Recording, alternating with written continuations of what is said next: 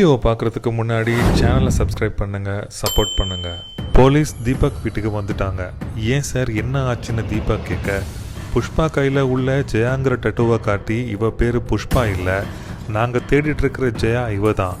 இவ புருஷன் பேர் பங்கஜ் இல்லை, பிரதீப். இவ சொன்ன ஊர் பேர் போய், அப்பா பேர் போய், இவ சொன்னதெல்லாமே போய். இவ புருஷன் வீட்டில் உள்ள நகையெல்லாம் திருடிட்டு வந்த ஒரு திருடின்னு பழி சுமத்துறாரு இன்ஸ்பெக்டர். அதே சமயம் வீட்டுக்குள்ளே இருந்து அம்மா ஜெயா ஒழிச்சு வச்ச ஃபோன் எடுத்துட்டு வர, கான்ஸ்டபிள் நகையை எடுத்துட்டு வர தீபக் அதிர்ச்சிக்குள்ளாகிறான். ஃபோன் வச்சிருந்தா நீ ஏன் வீட்டுக்கு கால் பண்ண இல்லைன்னு தீபக் கேட்க, இவ ஒரு திருடி எல்லாத்தையும் செய்துட்டு உங்க வீட்டில் பதுங்கி இருக்கானோ, 25,000 பணம் இவ கேங் மெம்பருக்கு மணி ஆர்டர் அனுப்பியிருக்கானோ, குமாரியை இவ தான் கடத்தி இருக்கானோ அபாண்டமா குற்றம் சாட்ட. இதெல்லாம் போய் இது என்னோட நகை, என்ன நடந்துச்சுன்னு நான் சொல்றேன்னு ஜெயா எக்ஸ்பிளைன் பண்ண ட்ரை பண்றாங்க. நீ எதுவும் சொல்லாத, நீ சொன்ன பொய்யெல்லாம் போதும், உன்னால தான் நான் என் மனைவியை தொலைச்சிட்டேனோ, நீ வேணும்னு தான் ட்ரெயினில் மாறி என் கூட வந்ததுன்னோ, நீ தான் குமாரியை கடத்தி இருக்கணும் தீபக் இமோஷனலாக.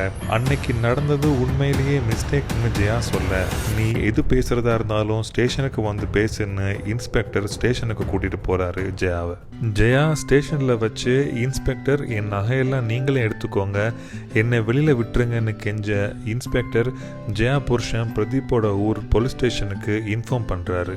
தீபக்கோட ஃப்ரெண்ட் வந்து என்ன நடந்துச்சுன்னு கேட்க, ஜெயா தான் குமாரியை கடத்தியிருக்கா, அவள் ஒரு திருடின்னு எல்லாரும் சொல்ல, கடுப்பான தீபக்கோட ஃப்ரெண்ட், எல்லாரும் வாய்க்கு வந்ததை பேசுகிறத கொஞ்சம் நிறுத்துங்க, குமாரியை ஜெயா கடத்துனா எதுக்கு ஜெயாவே குமாரியை தேடணும்னு சொல்லி ஒரு போஸ்டரை காட்டுறான். அதிர்ச்சியான தீபக் இதை யார் வரைஞ்சான்னு கேட்க, நான் தான் குமாரி ஒரு தடவை பார்த்துருக்கிறேனே, நான் தான் வரைஞ்சு கொடுத்தேன்னு அன்னி சொல்ல எல்லாரும் அதிர்ச்சி ஆகிறாங்க. அன்னைக்கு தீபக்கோட ஃப்ரெண்ட் கிட்ட ஜெயா கொடுத்த டிராயிங் இதுதான். குமாரியோட படத்தை வரைஞ்சி ஜெயா கிட்ட இருந்து ஃபோன் நம்பரை போட்டு காணவில்லைன்னு கண்டுபிடிச்சு தர சொல்லி தீபக்கோட ஊர் பேரும் போட்டிருக்கோம். இதை நெட் கஃபேல இருந்து ஜெயா தான் ரெடி பண்ணி கொடுத்தானோ, நான் சுத்து வட்டாரத்துக்கெல்லாம் அனுப்பியிருக்கேனோ ஃப்ரெண்ட் சொல்கிறான். இந்த போஸ்டர் மஞ்சுமாய் கடைக்கு வாரவனுக்கு கிடைக்க, ஃபுல் டீட்டெயில்ஸும் வாசிக்க, சூரஜ்முகிங்கிற தீபக்கோட ஊர் பேரே அப்போதான் குமாருக்கு ஞாபகம் வருது. போஸ்டரை பார்த்து எல்லாரும் சந்தோஷப்பட, ஸ்டேஷன் அதிகாரி போஸ்டரில் போட்டிருக்கிற நம்பருக்கு கால் பண்ண, நம்பரும் சுவிட்ச் ஆஃப்னு வருது. இப்போ கிளம்ப போற ட்ரெயின் அந்த ஊர் தாண்டி தான் போகும், அதில் அனுப்பிடலாமான்னு அதிகாரி கேட்க, குமாரியும் சம்மதிக்கிறார். கொஞ்ச நாள் தான் பழகினாலும் பிரிய போகிறோமே என்ற கவலையோடையும், குமாரி புருஷன்கிட்ட போறாங்கிற சந்தோஷத்தோடையும் எல்லாரும் வழி அனுப்பி வைக்க, குமாரி எனக்கு இது இன்னொரு வீடு மாதிரி, நான் அடிக்கடி வருவேன்னு மஞ்சுமாய் கிட்ட ஆசீர்வாதம் வாங்க, ஸ்டேஷன் அதிகாரி வழிக்கு வழி மூர்த்தி தான் அந்த ஊருக்கு போக வேண்டிய ஸ்டேஷன், மறக்காம 9வது ஸ்டேஷன்ல இறங்குன்னு சொல்லி கொடுத்து அனுப்புறாரு. தீபக் ஃப்ரெண்ட்ஸ் எல்லாரும் வந்து போலீஸ் ஸ்டேஷன்ல நடந்ததை சொல்ல, இன்ஸ்பெக்டர் ஜெயாக்கு பேச வாய்ப்பு கொடுக்கிறாரு. ஜெயா தன்னோட பிளாஷ்பேக்கை சொல்ல ஆரம்பிக்கிறாள். வீட்டில் மூத்த பொண்ணான ஜெயாக்கு அப்பா இல்லை, 2 சின்ன தங்கைகளும் அம்மாவும் மட்டும்தான். ஜெயாக்கு கல்யாணம் பண்ணி வைக்க அம்மா ஏற்பாடு செய்ய, ஸ்கூல்ல முதல் ரேங்க் வாங்கின ஜெயா ஆர்கானிக் ஃபார்மிங் படிக்கிறது தான் என்னோட ஆசைன்னு சொல்றாள். காணி வித்து தான் சீதம் ரெடி பண்ணியிருக்கேன், மாப்பிள்ளை நம்மளை விட வசதி உள்ளவங்க, நீ வேணும்னா கல்யாணத்துக்கு அப்புறம் படிச்சுக்கோ, நீ இப்போ கல்யாணம் பண்ணித்தான் ஆகணும், இல்லைன்னா நான் தற்கொலை பண்ணி கொள்வேன்னு அப்பா மேலே அம்மா சத்தியம் பண்ண, என்ன பண்ணுறதுன்னு தெரியாமல் குழப்பத்தில் இருக்கிறாள் ஜெயா.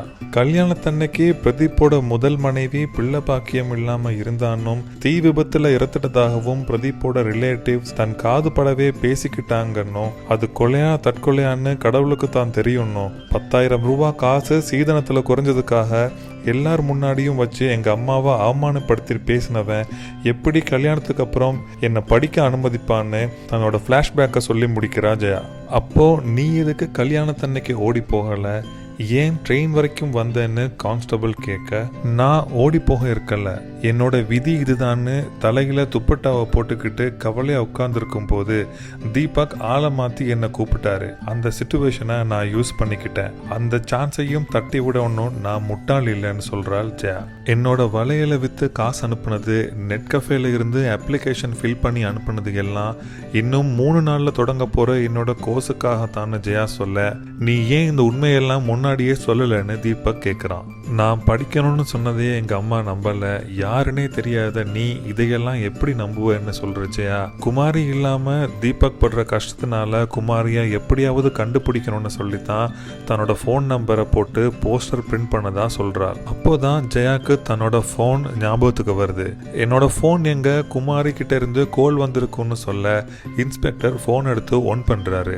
12 மிஸ் கால் வந்திருக்குன்னு அந்த நம்பருக்கு கால் பண்ண அடுத்த பக்கம் ஸ்டேஷன் அதிகாரி ஆன்சர் பண்ணி நடந்த உண்மையெல்லாம் சொல்றாரு. குமாரி ஸ்டேஷனுக்கு வந்துட்டு இருக்கானோ ஸ்டேஷனுக்கு போய் பார்க்க சொல்லியும் சொல்றாரு. தீபக் அண்ட் ஃப்ரெண்ட்ஸ் கூட சேர்ந்து ஜெயாவும் வெளியில போக இன்ஸ்பெக்டர் ஜெயாவை மட்டும் நிறுத்தி வைக்கிறாரு. நடந்ததெல்லாம் நான் சொல்லிட்டேன், நான் ஒரு மேஜர், நீங்க என்ன கட்டாயப்படுத்த முடியாதுன்னு ஜெயா சொல்ல, உன் புருஷன் வந்துட்டு இருக்கான், இந்த கேஸ் இன்னும் முடியலன்னு சொல்லி ஜெயாவை தூக்கி செல்லில் போடுறாரு inspector. Deepak and friends Jaya இல்லாம போக முடியாதுன்னு சொல்ல ஜெயா நீங்க போய் குமாரியை ரிசீவ் பண்ணுங்கன்னு அனுப்பி வைக்கிறாள். ஒரு பக்கம் குமாரி ட்ரெயின்ல வந்துட்டு இருக்க, மறுபக்கம் போலீஸ் ஸ்டேஷனுக்கு பிரதீப் வந்துட்டான். நான் இன்னும் எந்த கேஸும் பதிவு பண்ணல, என்ன கேஸ் போடலான்னு இன்ஸ்பெக்டர் கேட்க லஞ்சம் கொடுத்துட்டு ஓடி போனான்னு கேஸ் போடுங்கன்னு சொல்றான் பிரதீப். செல்லுக்குள்ள இருந்த ஜெயா வெளியில வர ஓடியா போறேன்னு கேட்டு பலார்னு அறைகிற பிரதீப் எனக்கு சொந்தமான நகையெல்லாம் எங்கன்னு கேட்க இன்ஸ்பெக்டர் இதோ இங்கே தான் இருக்குன்னு எடுத்து கொடுக்குறாரு. இது எங்க அப்பா காசுல வாங்குற நகை, இவனுக்கு எப்படி சொந்தமாகும்னு ஜெயா கேட்க மாப்பிள்ளைக்கு தான் சீதனம் சொந்தம்னும் வீட்டுக்கு வா தோலை உரிக்கிறேன்னு சொல்லிட்டு இன்ஸ்பெக்டருக்கு தேங்க்ஸ் சொல்லிட்டு ஜெயாவை கூட்டிட்டு கிளம்புறான் பிரதீப்.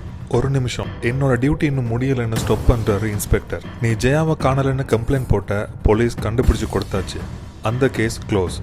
ஆனால் மேஜர் பொண்ணு ஜெயாக்கு உன் கூட வர இஷ்டம் இல்லை, இது இப்போ புது கேஸ்னு சொல்கிறாரு இன்ஸ்பெக்டர். நீ என்ன சொல்ல வரன்னு பிரதீப் திமிரா கேட்க, நீ சீதனம் கேட்டு குடும்பப்படுத்தியிருக்க, இந்த பொண்ணுக்கு அடிச்சிருக்க, அதுக்கு நாங்களே சாட்சி.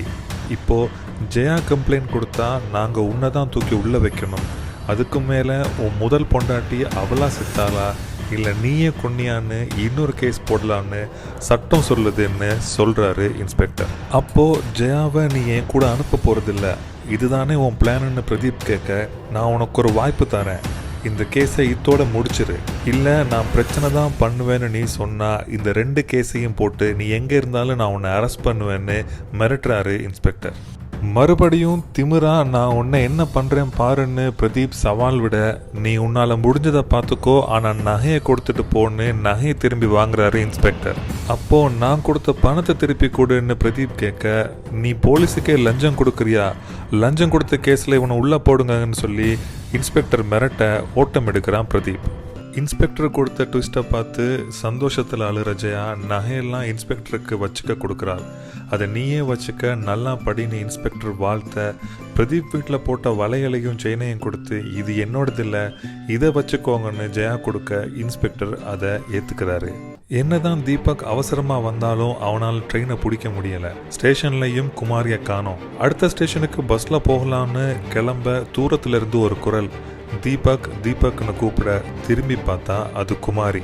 அவங்க 2 பேரும் சேர்ற அந்த காட்சியும் அந்த பாடலும் ரொம்ப அழகா இருக்கும். தீபக் குமாரியோட தேடல் நிறைவுக்கு வந்தாச்சு. குமாரி வீட்டுக்கு போயிட்டான்னு மஞ்சுமாய் சைடுக்கு தகவல் வர மஞ்சுமாய் உட்பட எல்லாரும் ஸ்வீட் சாப்பிட்டு சந்தோஷப்பட்டுக்கிறாங்க. அண்ணி ஜெயாவோட படத்தை வரைஞ்சு பரிசா கொடுக்க, அப்பா பயிர் வளரும் போது உன்னை நினைச்சு போன்னு சொல்ல, அம்மா சாப்பாடு பார்சல் பண்ணி கொடுத்து கண்ணீரோட வழி அனுப்ப, உங்களால தான் என்னை கண்டுபிடிச்சேன்னு குமாரி சொல்ல, உன்னால தான் நான் என்னையே கண்டுபிடிச்சேன்னு ஜெயா சொல்ற வரிகள் உருக்கமா இருக்கும். தீபக் வாழ்த்து சொல்ல அவன் ஃப்ரெண்டும் அடிக்கடி லெட்டர் போடுங்கன்னு ஹிண்ட் கொடுக்க தன்னோட கனவுகளுக்காக பயணிக்கிறாள் ஜெயா. இதோட கதை நிறைவுக்கு வருது. மீண்டும் இன்னும் ஒரு திரைப்பட கதையோட நான் உங்களை சந்திக்கிறேன். அது வரைக்கும் சேனலை சப்ஸ்கிரைப் பண்ணி சப்போர்ட் பண்ணுங்க. நன்றி, வணக்கம்.